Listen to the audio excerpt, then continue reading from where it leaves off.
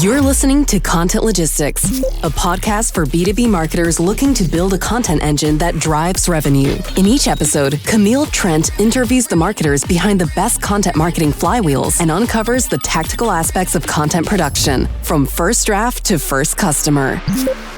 Hello, and welcome to another episode of Content Logistics. I'm your host, Camille Trent, and this episode is brought to you by Tristan and Justin over at Motion. So Motion's a podcasting agency for B2B tech marketers, kind of like myself, probably a lot like you.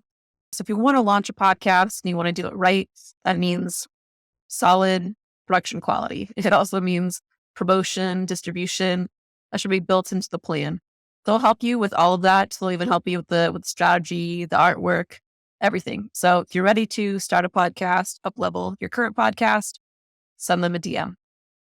Today, I'm trying another solo episode, partly out of necessity and partly because I had an idea. So after, I think it's 33 episodes so far, I've realized I've learned a lot of little tips here and there about podcasting.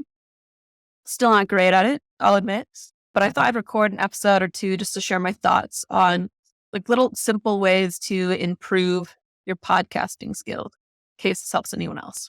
Here we go. All right, so a few months back, a friend asked me a question that I've heard versions of in the past. Basically, what if your guest is boring? How do you save an episode if your guest is boring? This person is the host of the #1 sales podcast in the world. So I was mostly just flattered that he was asking me any questions at all about podcasting. But it's not just him. It's come up a bunch of times. And I figured if he's interested in this answer, you may be interested in this answer as well. So here's my thoughts. My first feeling is that there are no boring people. They're just boring questions, right? So as a host, it's your job. It's your podcast, right? Whether you're making money off ads or you're doing it for marketing reasons to increase your exposure, it's your job. You're the one benefiting most from the podcast. So it's your job to get the best out of your guests. So here are some ways that I found to do that. #1 is you need a strong framework for the show, right? You need a concept, for one, behind the show, right? And it's not enough for it to just be your niche, right? It can't just be like, we're going to be the #1 tech marketing show, right? There's a million tech marketing shows now even.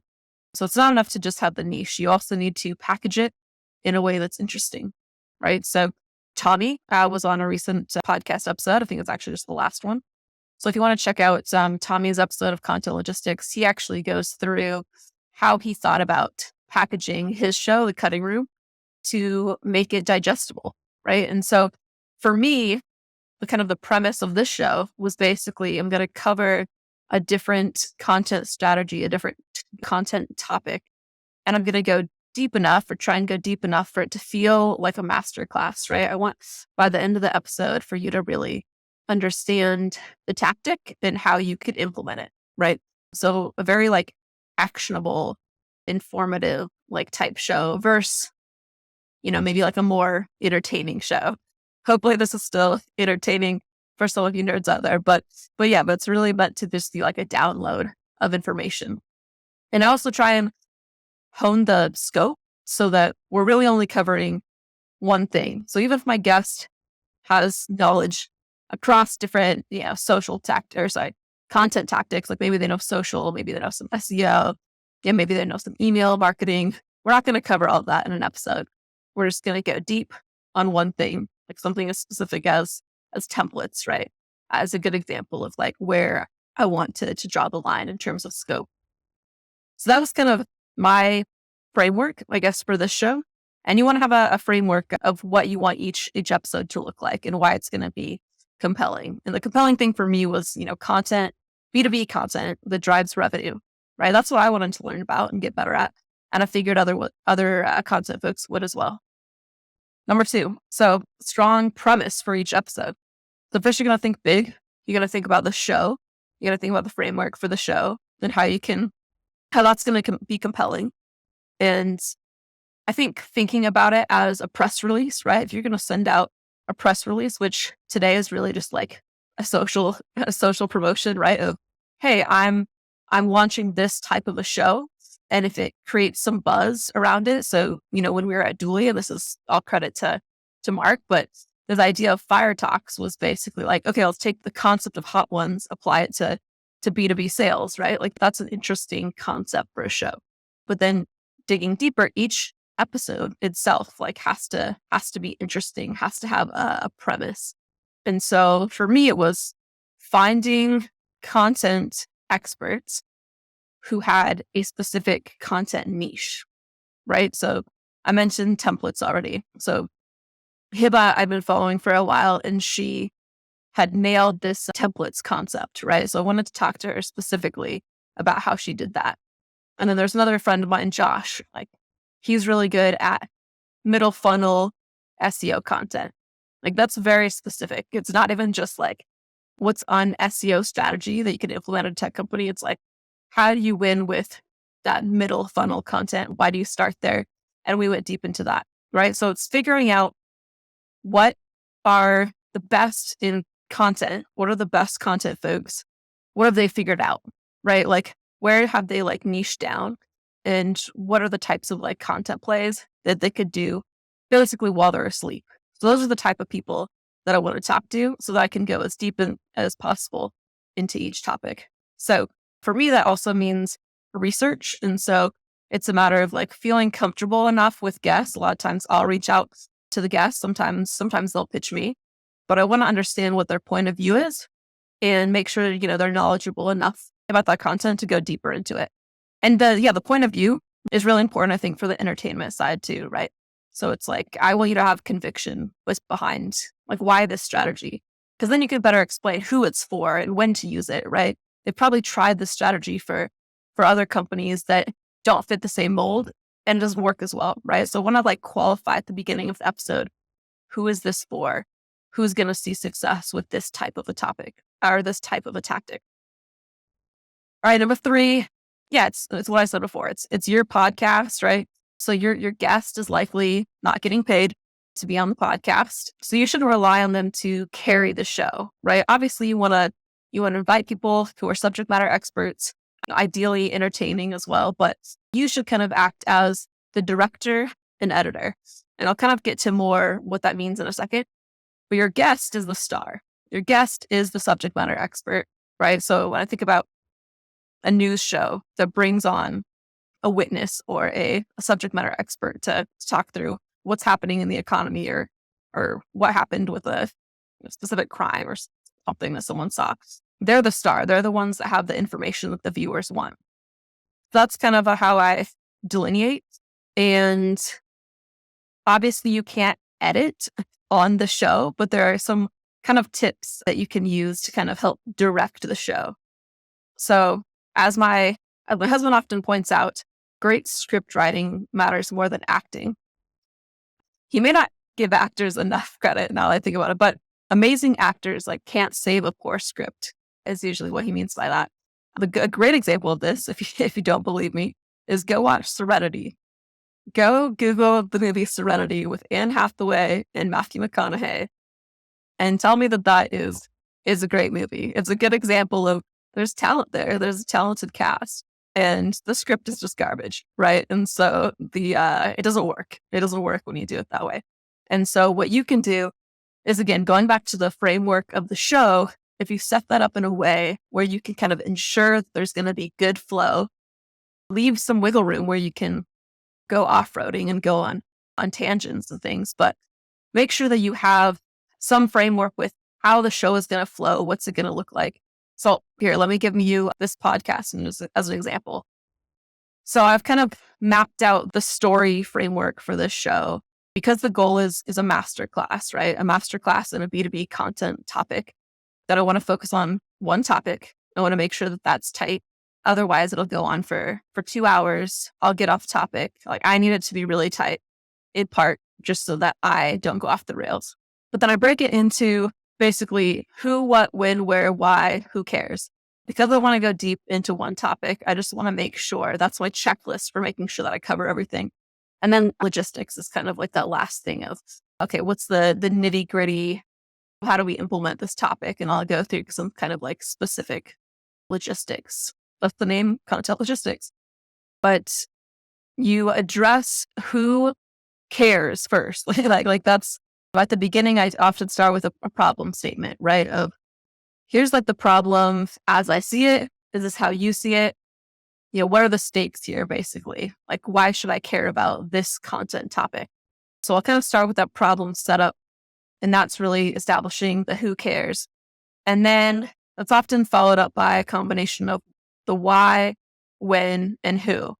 And to me, that kind of qualifies the show for people, right? I don't want you to waste your time. And so if this isn't a good tactic for you, given like where the startup is that you're working at, if it's in a stage where it can't benefit from a tactic like this, then I'll help you just cross it off the list by saying like, this is who this is for. And this is when to use it, right? Going back to like something like stage, right? If you have X, Y, and Z already in place, you can really up-level your growth with this type of content. And then, the why is basically covered by the who cares. We'll go through kind of like the problems that are standing in the way and why a certain content strategy can help overcome those. This is number 2. Another tip is rephrase your question. So oftentimes I've seen hosts sometimes think, okay, like this guest isn't great because they're not giving me good answers, right? They're giving me yes or no answers maybe. But that could be that you haven't phrased the question right? Like if you phrase the question where they can give you a yes or no answer, then that's a problem. And so I don't always recommend to rephrase it right away because that can kind of hurt the flow of the show, and maybe they can start to second guess themselves or think that they're doing something wrong when that's not really the case. But sometimes just note it and then come back to it, right? Like, okay, we didn't cover everything that I wanted to cover here. And then you'll just make a mental note or maybe a physical note of, hey, I need to rephrase this question for later to make sure that we've covered it satisfactorily. All right, so rephrase the question, tip number 2, but then recap the answers. This is something I didn't realize I was doing, or I didn't realize that it was useful until one of my producers brought it up. So Justin brought it up and was like, hey, I like how you recap the answers. Like you'll recap the answers of your guests. And it's a lot of it's for me, like it's for selfish reasons of I'll make sure that I'm listening and that I'm engaged the whole time by trying to establish some critical listening of, okay, they brought up this point, I'll try and like keep track of everything because oftentimes, the answer might be like 10 minutes long, right? And so I want to make sure that that I understand their answer and I'm able to break it up in a way that's easy to implement. And also it's beneficial to your listener of, okay, how do I synthesize like what was just said in a way that I can, checklist it for my own content purposes. So recapping the guest answers to one, make sure that you understand it and make sure that your guest had the space and the time to answer in the way that they wanted to convey what they wanted to convey. And it also just sparks more. So like it'll expand whatever the question was and help it go in different directions. And then it simplifies for guests and it proves that you're listening, right? So just like a normal conversation that's not being recorded, you want to prove that you're engaged. So it helps you be engaged throughout the episode. It helps the guests know that you're actually listening, and then they're going to be more engaged. So it's a win-win there, and then it's a win for the audience as well. Another way to think about this, when I told my friend this tip, they're like, oh, duh, like that's mirroring, right? Like that's sales 101. It's just mirroring, what somebody said back to you, but maybe in a simpler form. You might take, the last few words and say it back to them with a question mark. So that's a classic sales technique, classic interviewer technique, journalism sort of technique. And so that's a good one to use. Number 4 is kind of a way to do 2 and 3 in a way. You're just going to leave silence. You got to leave some silence, like before the answers and after the answers. And a good way, and this is actually something that my friend taught me, a good way is to put yourself on mute, right? Because then you're forced to kind of skip a beat, right? Because you're going to have to turn that back on. You're going to have to unmute yourself at some point. And that, forces basically like a second of silence. And the reason to do that is because they might have more to say, right? Naturally, as humans, like we want to fill the void. We want to like fill the silence. We're uncomfortable with silence. And so sometimes if you just leave a beat or two in between them finishing their answer and you talking, then one, you can make sure that they're actually done. Because there's so many times, you probably caught it in the show, there's so many times when I just like, I get excited and I start to talk about the next thing, or I want to, make sure I understand and start recapping, but they're not done, right? And so then there's a little bit of like awkward overlap then. And so I found that when I put myself on mute, when I am actively trying to leave some space, leave some silence, like after they finish the question, that it makes for better flow, and it makes sure that they have enough time to answer the way that they wanted to. All right, I'm going to try and drink my own Kool-Aid here a little bit and recap this whole episode for you.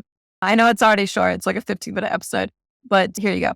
So to make sure that you're getting the best out of your guests, you want to start with a strong framework for your show, right? Like you need to make sure that they are set up for success by being on a well-planned, well-implemented show in general, right? And that'll also help you land interesting subject matter guests, right? They'll want to be on a show that's entertaining, that's informative, that other people in the industry are talking about. So just nail the premise of the show. Number 2 is have a strong premise for each episode, right? So it's not enough to just have a hypey show, right? To have some sort of like gimmick with the show. You don't need a gimmick, right? Like it could still be a boring interview show that works for some of the most popular podcasters in the world, right? But you do need to have a framework for each episode too. So that means for me, it means having a tight topic, right?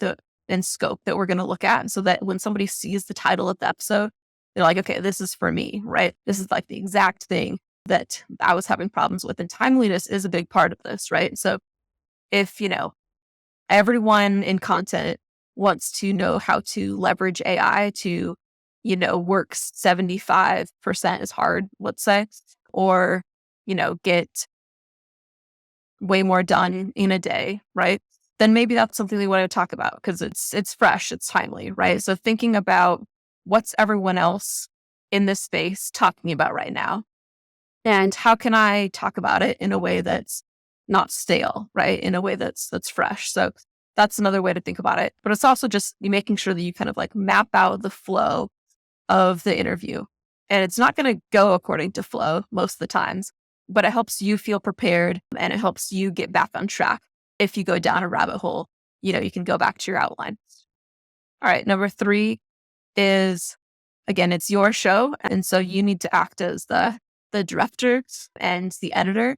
I didn't talk about editing too much, but some of the tips later on that talk to this idea of what I think about as live editing is things like putting yourself on mute, like taking a beat before you start talking to try and avoid some like interruptions, throughout the show, trying to avoid some awkwardness. So you can just slow down, like take some extra breaths, and that can help with editing. You can also rephrase the question to make sure that you can get the answers that you need, because you can always cut, but you can't add, right? Like you can't, at least if you have a guest, you can't add onto their segment, right? And so it's up to you to, again, get the best out of guests by asking them the right questions and then recapping their answers, right? So if you are engaged, if you're actually listening to their answers and you're trying to understand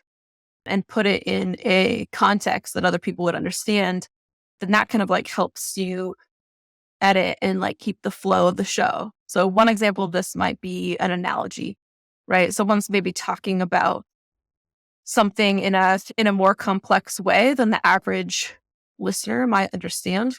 Then you might have a visual in mind as they're talking, right? A lot of us think visually. And so you might actually have an analogy, and it might be beneficial for you to say, hey, is it kind of like this? You talk about the analogy and they're like, yeah, that's actually a pretty good example. Or they'll be like, it's kind of that, but it's actually more this. And then they'll give an even better analogy, right? And so that'll help the listeners, and it helps it, again, just be more entertaining. So yeah, you're think of yourself as the director, the live editor, but your guest is the star. And then, tips to kind of keep your podcast on track. Kind of already recapped this, but it's mapping out the story. That means an outline. That means having a goal for each episode, having a clear topic, having some sort of framework. So again, for me, who, what, when, where, why, who cares, logistics. And then I talked about this already, but rephrasing questions if you don't get the right answers, if you don't get complete answers, I should say, recapping the answers once you do get them, and leaving silence, right? This is the hardest one, honestly. I'm still bad at this, but just knowing when to shut up during a show and putting yourself on mute can help with that. Although I will say you need to have your finger right on the trackpad, ready to unmute yourself so you don't have a you're on mute moment. All right. I'm sure a lot of you have other tips, and I would love to hear them. So if you found these helpful, or you want to ask a follow-up question, or you have another tip that you want to contribute, I'll probably do a follow-up episode to this where I include some of those tips and I include some clarity for anyone who has follow-up questions about this episode. So feel free to DM me on LinkedIn. I may include any tips that you give that I might have forgotten about or might just not know about. I'll include those in a future episode, and I'll also try and answer some other questions live on that one. So let me know if you appreciate this episode, if you want more solo episodes. If you're like, I hate the solo episodes, get back to interviewing people. That's fine too. All right, I'm going to try and catch the last quarter of this Warriors-Kings game. And probably the Warriors are going to ruin my day by winning. So that's what my Sunday's going to look like. So catch y'all later. Bye. Thanks for listening to Content Logistics. This episode was produced by Motion, a done-for-you B2B podcasting agency for busy marketers. If you liked what you heard, please follow the show on Apple, Spotify, or wherever you listen to your favorite podcasts.